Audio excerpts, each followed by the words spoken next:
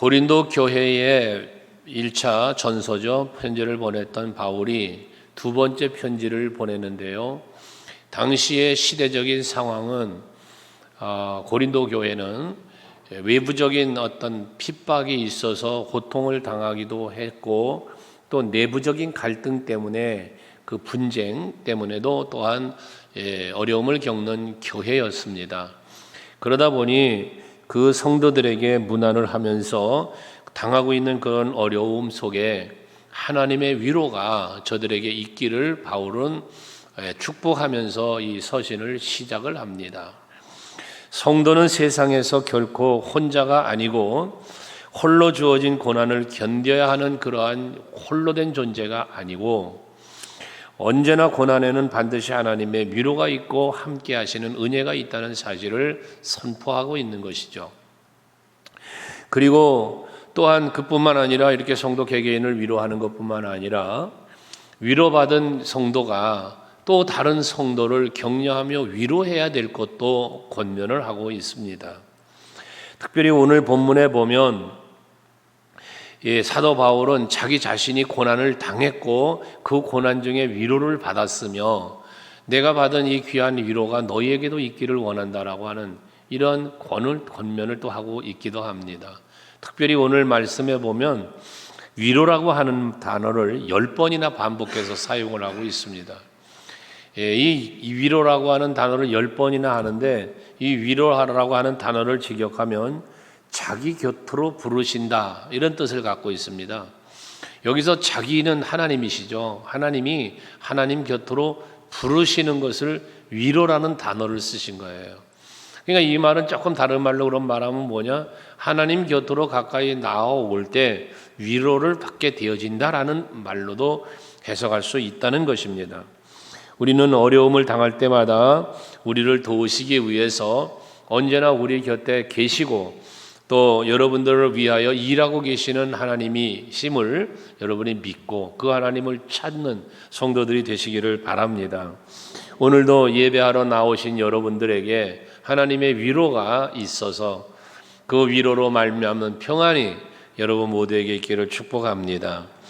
애굽에서 종노릇을 하던 이스라엘 백성들, 아브라함과의 언약을 기억하신 하나님께서 모세를 보내어 저들을 이끌어내시지 않습니까? 그때에 모세에게 바로에게 가서 이제 이 백성들을 이끌고 가야 되겠다는 그 사명을 모세에게 줄 때, 모세는 하나님이 택하고 보내심을 받을 때 내가 누구간데 바로에게 갑니까? 하며 바로 앞에 나아가는 걸 두려워하고 나갈 수 없음을 고백하잖아요. 그때 출애굽기 3장 12절에 보면 두려워 떨고 있는 모세, 바로에게 갈 수 없다고 고백하는 모세에게 하나님께서 말씀하시기를 내가 반드시 너와 함께 있으리라, 이 약속을 주시는 거예요. 지금 너 혼자 바로에게 가는 게 아니야. 내가 너와 함께 할 거야. 이 함께 하심에 대한 약속의 말씀을 주셨단 말이에요. 이 말씀을 받은 모세가 위로를 받고 힘을 얻고 그리고 바로에게로 나아갔고 이스라엘 백성들을 이끌고 출애굽을 하는 놀라운 역사를 이룬 걸 보게 되어집니다. 그 뒤를 이은 여호수아도 마찬가지. 여호수아는 모세가 죽은 후에 이스라엘 백성들을 이끌고 이제 자기가 모세처럼 이끌고 가나안을 가야 하는데 그 역시도 마음에 두려움이 있지요. 그래서 하나님은 그에게 여호수아서 1장 9절의 말씀에 보면 내가 너에게 명령한 것이 아니야. 그 앞에 7절에서도 말하면서 강하고 담대해라 라는 말씀을 앞에서도 했거든요. 다시 한번 9절에 다시 말씀하는 거예요. 너는 강하고 담대해라. 두려워하지 말며 놀라지 말아라. 네가 어디로 가든지 네 하나님 여호와가 너와 함께 하느니라. 여기서도 하나님이 함께 해 주실 것을 약속을 하셨어요. 그 앞에 7절은 좌로나 우로나 치우치지 말라고도 말씀을 하셨습니다. 그래서 이렇게 하나님이 함께, 결론적인 건 뭐냐? 하나님이 함께 해 주시마 약속하신 이 약속의 말씀을 받은 여호수아가 강하고 담대하게 이스라엘 백성들을 이끌고 모세의 뒤를 이어 요단을 건넜고 가나안 땅을 점령해 들어가는 이 놀라운 역사를 또한 이루지 않았습니까? 함께 하시는 하나님을 말씀하는 거예요. 예수님께서도 많은 박해가 있기 때문에 두려워 떨고 있는 제자들, 이제 예수님은 죽었다가 부활을 하셨어요. 그리고 부활하신 예수님이 제자들과 함께 일정한 시간을 가지시다가 이제 하늘로 들림을 받는데, 가시기 전에 제자들에게 말씀하신 게 마태복음 28장 20절 말씀에서 말씀하는 거 아닙니까? 너희는 내가 너희에게 분부한 모든 것을 가르쳐 지키게 하라는 거예요. 그러면서 볼지어다 내가 세상 끝날까지 너희와 항상 함께 있으리라고, 역시 예수님도 제자들에게 항상 함께 해 주실 것이다 라는 약속을 주십니다. 이 약속의 말씀을 받고 마가다락방에서 성령을 충만하게 받은 뒤에 이 사도들도 역시 그 예수님의 위로의 말씀과 성령의 능력을 힘입고, 그리고 나아가서 담대하게 복음을 전하고 예수의 증인된 삶을 사는 것을 볼 수 있습니다. 두려워 떨고 염려하는 제자들에게, 모세에게, 여호수아에게 이 함께 하시마 약속해 주셨던 그 약속의 말씀이 위로가 되고 평안이 되고 강하고 담대함으로 살아갈 수 있게 해준 것처럼, 오늘 이 함께 하시마의 약속은 우리 모두에게도 유효하다. 지금도 하나님은 여러분과 함께하고 계신다는 사실을 믿으시길 바라고, 그 믿음이 여러분에게 위로가 되고 평안이 될 수 있기를 바랍니다. 시편 27편 1절 말씀에 보면 다윗의 고백이 나오는데요, 한번 같이 읽어볼까요? 같이 읽습니다. 시작. 여호와는 나의 빛이요 나의 구원이시니 내가 누구를 두려워하리요? 여호와는 내 생명의 능력이시니 내가 누구를 무서워하리요? 여러분, 이 다윗의 고백이 무엇입니까? 자기 아들 압살롬이 반역을 해서 아들의 반역 때문에 지금 왕궁을 떠나 도망을 가는 거예요. 얼마나 마음 심리적으로나 환경적으로나 괴롭습니까? 힘듭니까? 그 어려운 시고 힘든 그 상황에서 이와 같은 고백을 할 수 있었던 것, 이것은 바로 그의 고백처럼 여호와 하나님은 내 빛이 되시고 구원이시 되시고 내 생명의 능력이 되심을 믿기 때문에, 그 하나님이 지금 비록 나는 궁을 떠나서 이 쫓기는 신세 도망자의 삶의 환경에 있지만 여호와 하나님은 지금 내 곁에서 나와 함께 계신다는 이 믿음 때문에 그는 두려워하지 않았다는 거예요. 그것이 그에겐 위로가 됐던 거예요. 그것이 그에게는 평안이 되었던 것입니다. 그러므로 성도들이 당하는 고난 속에는 하나님의 기쁜 뜻이 있어요. 하나님이 여러분에게 고난을 허락하실 때 그냥 허락하는 게 아닙니다. 여러분들이 힘든 일을 겪고 어려운 일을 겪게 되실 때는 그 속에는 하나님의 뜻이 있음을 여러분들이 헤아려 아셔야 하고, 그 뜻이 있음을 깨달을 때 슬퍼하거나 낙심하거나 좌절하지 않게 되고, 오히려 그 고난 중에도 새 힘을 얻고 승리하며 일어설 수 있게 되어진다는 것이죠. 사도 바울은 로마서 5장에 보면 20절에서 율법이 들어온 것은 범죄를 더하게 하려 함이 아니다라면서 무슨 말을 하냐면, 그러나 죄가 더한 것에 은혜가 더욱 넘쳤다는 말을 해요. 죄가 더한 곳엔 은혜가 더욱 넘쳤다는 건 뭡니까? 아무리 죄가 클지라도 그 죄가 다 사함받음을 이야기하는 거예요. 그렇다고 해서 마음 놓고 죄를 많이 져라, 은혜 많이 받으려고 죄를 많이 져라, 그 말의 개념이 아니죠. 죄를 많이 지은 사람은 그만큼 큰 은혜를 받아 사함 받았음에 대한 이야기를 하는 것입니다. 이것처럼 고난이 크면 클수록 하나님의 위로와 평안은 더 크게 임하게 되어진다는 사실을 우리는 알아야 되는 것입니다. 제가 간혹 그런 말씀을 드렸죠. 성공한 사람의 과거는 고난이 클수록 아름답다. 그런 표현을 여러분에게 여러 번 한 적이 있습니다. 그렇습니다.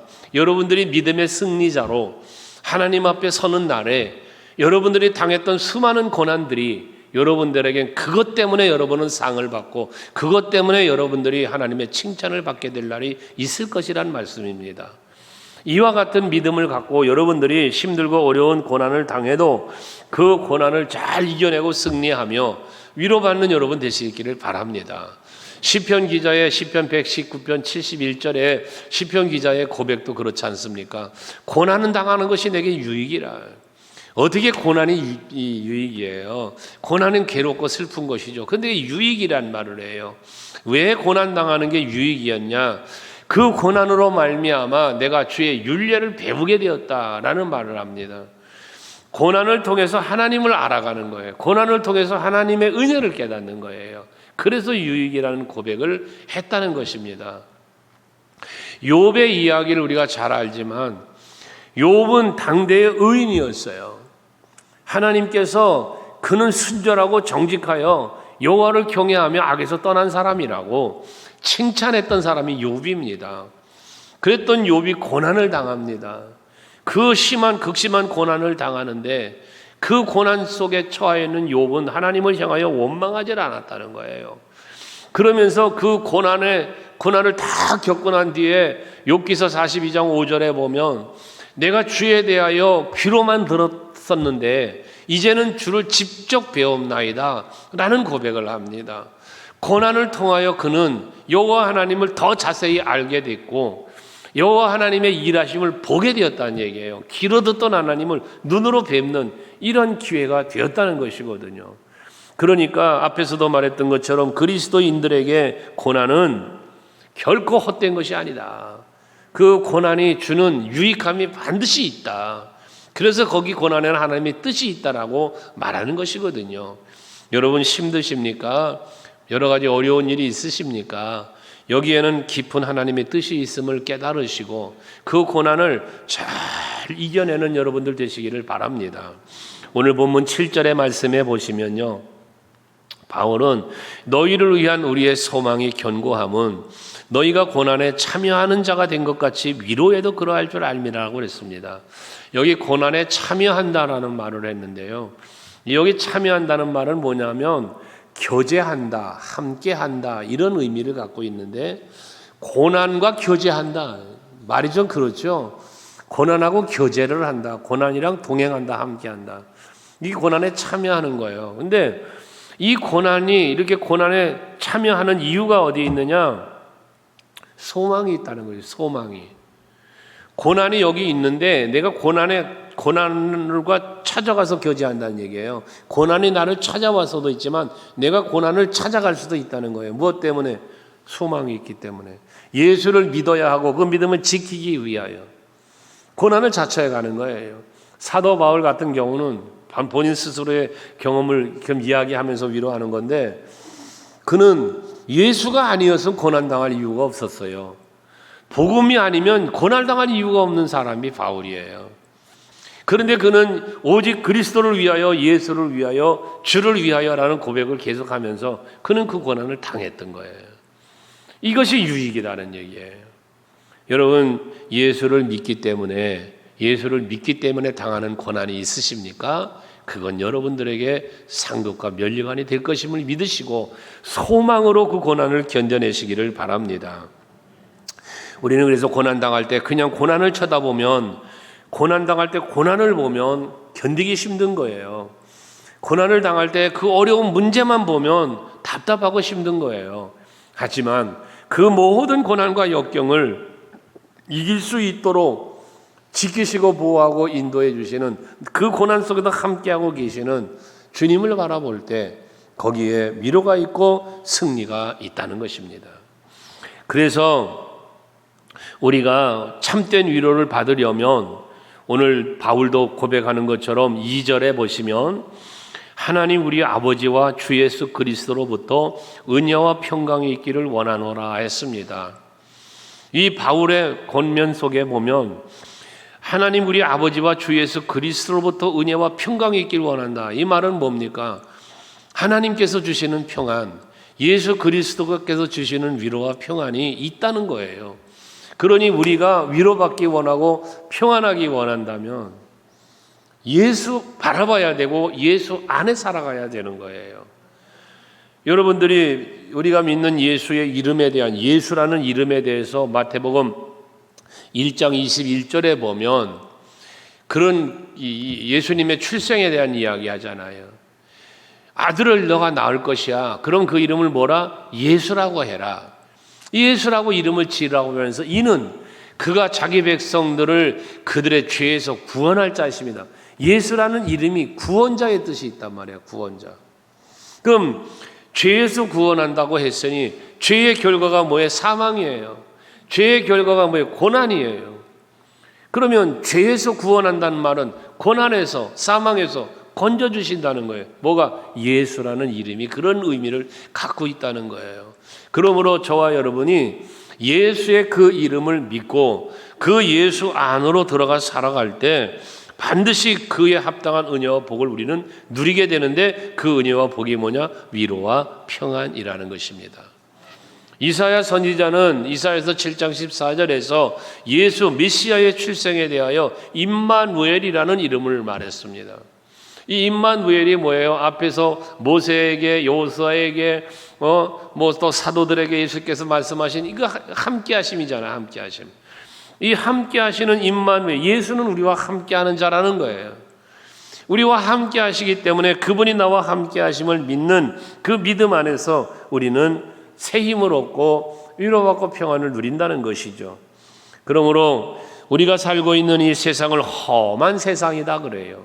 야곱은 자기가 살아온 삶에 대해 우리 나그네 길을 걸었다 이런 표현도 했습니다. 우리가 사는 세상은 그런 거예요. 그렇지만 그 험한 세상을 살아가는 동안에 예수께서 나와 동행해 주신다는 사실, 나와 예수께서 함께 하신다는 이 사실을 믿을 때, 그리고 그 손길을 느끼고 그 동행하시는 예수를 바라볼 때 아무리 힘들고 어려운 일을 당해도 그 예수 안에서 누리는 위로와 평안을 누리게 된다는 것이죠. 그래서 요한복음 16장 33절에 보면 예수께서 제자들에게 말합니다. 이것을 너에게 이르는 것은 말합니다. 너희로 내 안에서 평안 누리게 합니다. 예수께서 말씀을 주시는데 이 말씀을 왜 주시느냐? 내 안에서 평안을 누리라는 거예요. 내 안에서. 예수 안에서 평안을 누리라는 거예요. 그러시면서 이게 너희가 세상에서는 너희가 환난을 당하지만 담대해라. 왜? 내가 세상을 이겼노라. 여러분, 우리는 예수를 바라보고 예수를 믿고 예수 안에 살아가야 할 이유는 그게 우리에게 힘이 되고 위로가 되고 복이 되기 때문인 것입니다. 여러분, 정말 예수께서 내 곁에 계시다는 이 사실 하나만 생각해도 여러분 힘이 생기지 않습니까? 뭔가 위로가 되지 않습니까? 그러므로 여러분들이 늘 예배 때도 또 일반 일상의 삶 속에서도 언제나 예수를 바라보는 여러분이 되셔야 되는 거예요. 그 예수 그리스도와 내 곁에 계심을 늘 느낄 수 있어야 되는 거예요. 거기에 위로와 평안이 있단 말이거든요. 여러분, 야곱은요, 형 에서의 낯을 피하여 외삼촌 집으로 도망을 가지 않았습니까? 도망을 가는 길에 베델에 이르러서 힘들고 피곤하여 거기서 돌을 베개 삼아 잠을 자죠. 그 잠을 자는데 꿈을 꾸는데 사닥다리가 하늘에 닿았고 거기서 주의 음성을 듣게 되잖아요. 그리고 깨어나는 거예요. 잠에서 깨어가 그가 뭐라고 고백합니까? 창세기 28장 16절에 보면 야곱이 잠이 깨어 이르기를 여호와께서 과연 여기 계시거늘 내가 알지 못하였도다. 여러분, 그의 고백이 중요한 게 뭐예요? 여호와께서 여기 계시거늘 내가 알지 못했다. 여기 여호와께서 계신데 알지 못할 때 뭐 했어요? 두려웠어요. 외로웠어요. 힘들었어요. 근데 여호와께서 여기 계시다는 사실을 알게 되니 마음에 평안이 찾아오는 거예요. 위로가 찾아오는 거예요. 거기에 돌을 베개 짓던 베개를 제단 삼아 거기 제단을 쌓고 여호와 하나님 앞에 서원의 제사를 드리며 그 하나님 앞에 힘을 갖고 예삼촌 집으로 갈 수 있었던 건 아니겠습니까? 여러분, 그렇습니다. 내가 살아가는 삶의 현장 중에 힘들고 지치고 어려운 때가 있죠. 그런 일을 만날 때가 있죠. 하지만 그때에 나 홀로 있는 게 아니라는 거예요. 내 곁에 여호와가 계시다는 거예요. 이걸 여러분이 믿으실 때 힘이 생긴다는 거죠. 그 힘이 오늘 예배하는 이 시간에도 여러분들에게 있기를 원하고 오늘의 이 귀한 위로가 여러분들에게 있어서 여러분 지금 가정적으로 사업적으로 또 여러 가지 상황들이 힘들고 답답한 일이 있을지라도 위로가 될 수 있길 바랍니다. 우리 찬양 중에 보면요, 너는 내 아들이라는 찬양이 있어요. 너는 내 아들이라는 찬양을 보면 그 가사가 너무나 이렇게 마음에 와닿아서 말씀 준비하다가 일부러 전 한번 찬양을 들었어요. 말씀 준비하다 말고 그 찬양을 틀어놓고 들으면서 참 은혜를 받고 오늘 메모를 좀 해갖고 왔네요. 가사를 다이어로 적어갖고 왔는데요. 이 찬양 다들 뭐 많이 부른 찬양이니까 아실 거예요. 방송실에 가사 띄울 수 있나? 한번 보세요. 가사를 보시면 힘들고 지쳐 낭망하고 넘어져 일어날 힘 전혀 없을 때에 조용히 다가와 손 잡아주시며 나에게 말씀하시네. 이게 하나님의 은혜예요. 내가 지금 힘들고 지쳐 있는데, 그게 낭망하고 쓰러져 넘어져 있는데 조용히 다가와서 내 손을 잡아주시고 나를 일으켜 주시는 그 하나님요. 또 이어서 나에게 실망하며 내 자신이 연약해 고통 속에 눈물을 흘릴 때 얼마나 힘든 상황입니까? 못 자국 난 그 손길, 예수님 십자가의 손길 아닙니까?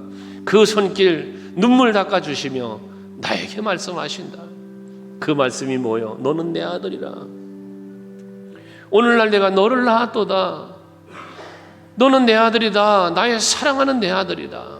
하시면서 계속 이어지는 가사를 보면 언제나 변함없이 너는 내 아들이라. 이 하나님이 변함없는 사랑을 얘기하는 거 아니에요? 나의 십자가 고통 해산의 그 고통으로 내가 너를 낳았으니 십자가로 낳은 받은 우리예요. 너는 내 아들이다. 오늘 내가 너를 낳았도다. 여러분, 이게 하나님께서 여러분 우리에게 위로해 준 그 어떤 위로보다도 가장 큰 위로가 아닐까, 이 생각이 불현듯 들어와 이 찬양을 들으면서 정말 깊은 감동 속에, 감격 속에 빠졌던 그런 시간이 있었어요. 오늘 이 시간에 여러분들이 바로 이 귀한 찬양의 가사 고백처럼 여러분들에게도 이런 중심의 고백이, 믿음이 있기를 원합니다. 아멘이십니까? 성도는 쓰러져도 예수 그리스도의 품 안에 쓰러져야 한다 그랬습니다. 세상 사람들은 기대고 싶고 뭔가 낭망하고 저절하고 쓰러질 때 어디로 쓰러집니까? 타락으로 쓰러집니다. 세상의 쾌락으로 쓰러집니다. 사람에게 쓰러집니다. 그러나 우리 그리스도인들은 우리가 쓰러져도 낭망해도 기댈 곳은 오직 예수여야 된다는 거예요. 어느 분이 그런 글을 썼어요. 성도는 넘어져도 예수 등 위에 넘어진다. 예수께서 등을 대주신다는 거야. 성도가 넘어질 때 두 팔을 벌려 잡아주신다는 거예요. 그러니 여러분들, 다윗의 고백 시편 23편 4절 유명하잖아요. 내가 사망의 음침한 골짜기를 다닐지라도 해를 두려워하지 아니할 것은 주께서 나와 함께 하심이고 주의 막대기와 지팡이가 나를 안위하시기 때문이라고. 사망의 음침한 골짜기를 다니는 사망이 얼마나 힘들어요. 그러지만 두렵지 않다는 거예요. 왜? 하나님이 함께 계신 그것 때문에 위로를 받고 있다는 거예요. 사도 바울은 빌립보서 4장 13절에서 내게 능력 주시는 자 안에서 내가 모든 것을 할 수 있다고 그랬는데, 앞에 말했죠. 이 바울을 삐지고 오늘 본문을 기록하고 있는 바울이에요. 모진 핍박과 고통을 당하고 있는 바울이 위로받을 수 있었던 것은 주께서 내게 능력을 주신다는 것.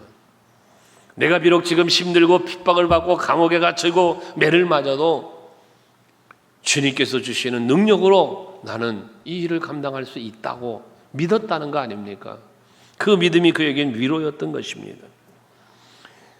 내 인생이 절망적이고 참 깊은 바닥까지 빠져들어간 순간이라 할지라도 내가 있는 곳이 어디였든지 거기는 예수의 품이라고 생각한다면 아무리 힘들고 어려운 고난이 있어도 여러분들은 새 힘을 얻고 승리하는 삶을 살게 될 것입니다. 찬양이 또 생각나는데 인생길 험하고 마음 지쳐라는 찬양이 있죠. 그 찬양도 보면 살아갈 용기가 없대. 그 가사 그렇잖아요. 인생길 험하고 마음 지쳐 살아갈 용기 없어졌을 때 그때 주님을 바라보자는 거 아닙니까? 어두운 밤 지나고 새날이 오듯 주님이 우리를 기다리고 있다는 거예요. 그러면 그것처럼 주님을 품으로 우리는 예수님 품으로 나오시오. 예수님 품으로 나오시오. 이러고 고백하지 않습니까? 여러분, 힘들 때 주를 찾고 힘들 때 주님께로 나오는 여러분 될 수 있길 바랍니다. 힘들다고 좌절하고 낙심하고 주저앉지 마세요. 앉아있지만 말고 일어서서 주님의 품으로 나오는 여러분 되셔야 합니다. 힘들고 어려운 고난을 당할 때도 그 고난의 뒤편에 기다리고 있는 하나님이 주실 축복이 은총이 있습니다. 그걸 바라보자고 말이에요. 그래서 예수 안에서 누리는 평안이 여러분에게 있길 축복하고요. 그 다음에 중요한 건 뭐냐면 오늘 바울이 4절에서 말하고 있는 거지만 이제 우린 서로를 위로할 수 있어야 되겠다는 거예요. 서로를. 내가 하나님의 위로를 받았습니까? 내가 예수 안에 위로를 받고 있습니까? 그러면 받은 그 위로를 가지고 이제 뭐 해야 되냐? 서로 위로하라는 거예요. 서로를. 우리가 그리스도인이 당한 고난은 고난으로 끝이 아니라고 그랬잖아요. 고난을 통하여 주신 하나님의 은혜가 있다고 그랬지 않았습니까? 그 은혜가 위로요 평안이란 말이에요. 그렇다면 이제 그 받은 위로를 갖고 뭐해? 또 다른 누군가를 위로해 줄 수 있는, 격려해 줄 수 있는 우리들이 되어야 된다는 거예요. 이것을 이중적 성도들이 누리는 이중의 축복이라고 말하는 거예요. 뭐냐 하면 내가 먼저 위로를 받았기 때문에 복이에요. 그런데 누군가를 또 내가 위로해 줄 수 있어. 그래서 그가 세임을 얻어 이것 또한 복이 되는 거잖아요. 이중적인 축복을 받는다는 건데 여러분 고난 중에 경험한 하나님의 위로는 고난 당하는 다른 성도를 위로하며 도와줄 수 있는 또 다른 하나의 힘이 된다는 거예요. 힘든 어려움을 겪고 있는 성도가 보여요. 그러면 힘내세요. 저도 과거에 이런 일이 있었는데요. 하나님이 내게 이렇게 위로해 주셨습니다. 그러니 당신에게도 이런 위로를 하나님이 주실 겁니다. 힘내세요. 말할 수 있는 거 아닙니까? 그럴 수 있는 여러분들이 되자는 것입니다. 사도 바울은 6절에서도 말하잖아요. 우리가 환난 당하는 것도 너희가 위로와 구원을 받게 하려는 것이요 우리가 위로를 받는 것도 너희 속에 역사하시는 우리가 받는 것 같은 고난을 너희도 견디게 한다. 이게 바울의 나도 내가 체험했어 고난을. 근데 이건 너희들도 고난을 당하니까 내가 받은 위로 너희도 받기를 원하는 거야. 이 위로로 너희들도 견뎌내야 돼라고 권면하고 있다는 것입니다. 바울이 체험한 그 고난과 위로가 고린도 교회의 위로가 되기를 바랐던 것처럼 여러분들에게도 그 위로와 평안이 오늘 이 시간에 여러분에게 말씀으로 임하는 거니까 위로받으시길 바랍니다. 고린도전서 11장 1절에서 바울은 그러죠. 내가 그리스도를 본받는 것처럼 너희들은 나를 본받는 자가 되라. 이런 권면을 했어요. 전서에서. 여기서 바울이 내가 그리스도를 본받았다는 게 뭐겠어요? 바울이 그리스도를 본받은 본받음 속엔 뭐가 있습니까? 십자가가 있는 거예요. 고난이 있는 거예요. 그리고 그 고난을 이겨낸 게 있는 거예요. 그것처럼 너희들도 고난 당할 수 있어. 하지만 그 고난을 이겨내야 돼라는 권면을 하고 있는 것입니다. 오늘 우리가 믿음으로 살기 위해 당하는 고난 중에는 여러 가지 고난이 있을 수 있습니다. 근데 중요한 건 뭐냐면 믿음을 지키기 위한 고난이어야 돼요. 이게 여러분에게 은혜가 되고 복이 되는 거거든요. 세상을 살려고 당하는 고난, 이걸 무슨 고난이에요? 예를 들어 밤새도록 술을 마셨어요. 막 머리가 아파요. 머리 아팠고 고난 당하고 있어요. 여러분 그게 무슨 예수를 위한 고난입니까? 그건 지가 술을 퍼마셨기 때문에 당하는 고난이지. 이건 그런 것. 이게 고난도 여러분 내가 신앙 안에서 당하는 고난이 복이 되고 위로가 되는 거지. 세상적인 것, 세상으로 살다가 당하는 고난이 그건 무슨 고난이요, 여러분? 응? 투자하고 뭐하고 막 하는 사기 당했어. 그게 고난 당해. 그게 무슨 주님 안의 고난입니까? 지가 잘못돼 당하는 고난이지. 여러분, 우리가 여기 성경에서 말하고 있는 고난은 믿음을 지키기 위한 고난, 복음을 위한 고난, 하나님을 사랑하기 때문에 당하는 고난, 이런 걸 말하는 거예요. 여러분에게 그런 고난이 있는지는 모르겠고, 고난 그러면 주로 돈 없는 고난, 병 걸린 고난, 사업의 어려움의 고난, 이것만 생각하시죠. 여러분 그러면 안 돼요. 믿음을 지키기 위한 고난, 여러분 하나님 나라의 상급을 쌓기 위한 고난, 이런 것을 한번 생각해 볼 수 있는 여러분이 되셔야 한다는 거죠. 그렇기 때문에 우리는 다음 단계로 뭘 해야 되느냐? 9절에 그렇게 말하지 않습니까? 우리는 우리 자신이 사형 선고를 받은 줄 알았으니 이는 우리로 자기를 의지하지 말고 오직 죽은 자를 다시 살리시는 하나님만 의지하게 하심이다 그래요. 사형 선고를 받았어요.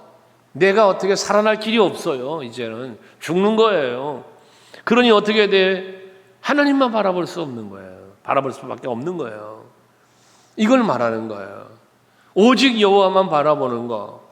여호사밧 왕이 모압과 암몬의 연합군과 전쟁해야 되는 상황 앞에서 우리 힘으로 어찌할 수 없는 걸 아시는 여호와요, 우리 조상들에게 약속하셨지 않았습니까? 라면서 우리 힘으로 싸울 수 없으니 오직 여호와만 바라봅니다 라는 고백을 했던 것처럼 내 힘으로 어찌할 수 없으니 주만 바라봅니다, 이런 고백을 말하는 거거든요. 여러분들이 자기 자신을 의지하지 말고 오직 여호와 하나님만을 의지하는 성도들의 신앙이 될 수 있길 바랍니다. 내가 나를 의지하고 세상을 의지하고 사람을 의지하면 안 되는 게 많아요. 그러다 보니 좌절하는 거거든요. 안 되니까 할 수 없으니까. 그러나 아까 바울의 고백처럼 내게 능력 주시는 자에서 내가 모든 걸 할 수 있다는 고백처럼 하나님이 하시면 안 되는 게 어디 있습니까? 내가 하면 못하고 내가 하면 안 돼도 하나님이 하시면 됩니다. 이 믿음이 내게 있을 때 이게 위로가 된다는 거예요. 근데 이러한 믿음이 있는 믿음의 사람이 하는 일이 뭐냐? 그게 기도라는 거예요. 기도. 그래서 11절에 너희도 우리를 위하여 간구함으로 도와라 라고 말씀하고 있습니다. 여러분, 기도보다 더 큰 능력 없어요. 기도가 가장 큰 힘이에요. 그래서 기도는요, 하나님과 교제함이라고도 하는데, 기도는 믿음의 사람이 하는 믿음의 행위이고요. 그렇기 때문에 기도는 하나님을 기쁘시게 해드리는 것이고요. 또한 기도는 성도 여러분들에게는 축복의 통로가 되는 거예요. 축복의 통로. 언젠가 여러분들에게 철야 예배 시간에도 말씀드렸지만 우리의 기도는 기찻길과 같다 그랬잖아요. 기찻길과 같다. 철로길. 그래서 하나님의 나라의 상국과 면류관과 하나님의 응답의 축복이 이 기차 화물칸에 가득 실려 있는데 내 삶의 현장으로 그것을 끄집어 갖고 내려올 수 있는 그 잔뜩 실려 있는 그 축복이, 은총이, 은혜가 담겨져 있는 게 내게 오려니까 이 철로길이 있어야 내게 올 거 아니야, 그 말이요. 그 기도가 바로 이 철로길과 같다. 그래서 여러분들에게 응답의 은혜로 오는 것이다 그랬잖아요. 그게 우리 뭐 해야 돼? 기도해야 되는 것입니다. 야고보서 5장 16절에 보면 야고보 사도와 권면하며 기도하는 거 있잖아요. 여러분 야고보서 5장 16절 방송실 띄워줘봐. 같이 읽어봐요. 시작.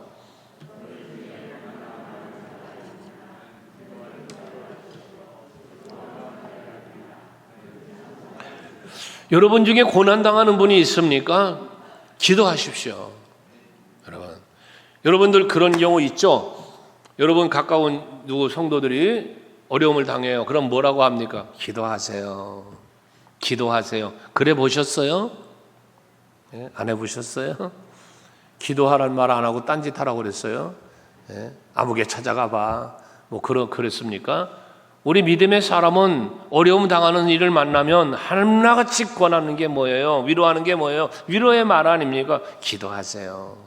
기도하세요. 그렇죠? 그런데 여러분요, 힘든 일을 당하는 이들에 보고 기도하세요 그렇게 말하는 당사자가 기도를 안 해. 내가 어려움을 겪었는데 내가 기도를 안 한다니까. 그러면서 남들에게 기도하세요 기도하세요 그런다고요. 이게 잘못된 거지요. 여러분, 누군가에게 기도하세요라고 권할 수 있다면, 그래 본 일이 있다면, 여러분 고난 당하셨습니까? 어려움이 처해 있습니까? 힘드십니까? 기도하세요. 기도하세요. 기도하지 않는 용기 참 대단하다.